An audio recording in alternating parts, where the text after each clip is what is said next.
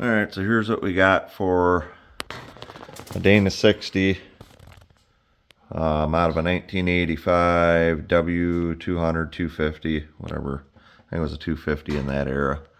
Gearbox, steering gearbox from a four-wheel drive truck. Like, this is all just as it came off. Springs are factory to the 71 W300. There may be quarter-inch difference, if that. It took a little bit. I had to use a ratchet strap to get the springs to line up with the spring perches on the 60, but I mean, I think it was negligible, whatever it was off. These are the Borgeson U-joints. This is a 3/4 inch by 36 spline input shaft on the gearbox. And then up here, this is added a bearing to the factory steering column. I'm not sure what's supposed to be there from the factory. Mine didn't have anything, so it's 1 5/8" ID on the column. So I got a flanged bearing that went in there. This is the bearing that I put in there.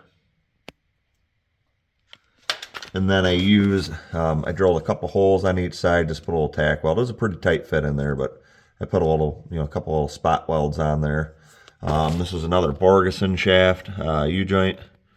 They're about 90 bucks a piece, not the cheapest, but it does bind a little. I don't know. A guy would almost have to run like a support bearing here, like down a little lower and then come around and out to this. But I did a little bit of clearancing with a grinder on these, this joint, as you can see, and it barely in the bus here with turning over the steering wheel. You can't tell. I would assume once the power steering's running, you won't be able to know. I'll have to have somebody like turn the wheel for me, because it's, let's see, yeah, there we go. So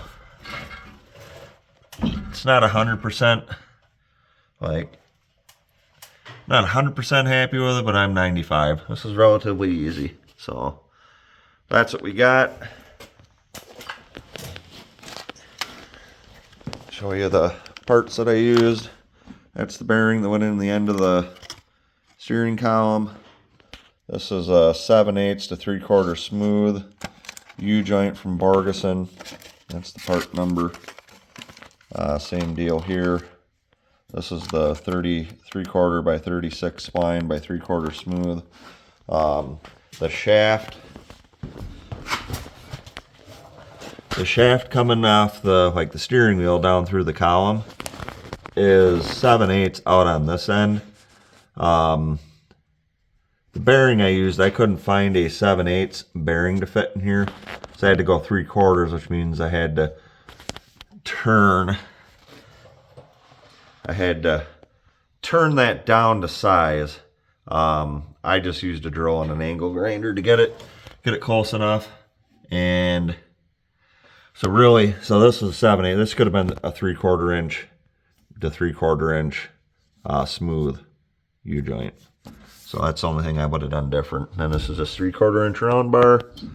So yeah, we will get close. I got fittings coming tomorrow, and then I'll have to plumb it down from my Hydro Boost up here. There's an extra port. Yeah, right up. Where is it? I don't know. It's up on top. There it is. That guy right there. Take the cap off, put your line on, run it down here, one of these ports.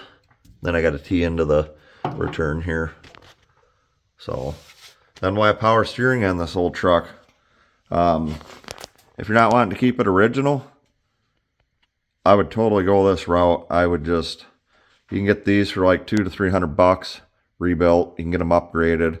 I'm pretty sure you'd have to look at Rock Auto again, but you'd have to see, pretty sure like the Cummins, most all the 80s Dodges, like the first gens as they're called, people like calling them, I think run the same box. And then this box that just mounted. You know, that's probably another thing a guy could do. You could have took this box and rotated it down a little more. You would have got a little more angle out of here, and it would have brought that down a little more. That would help.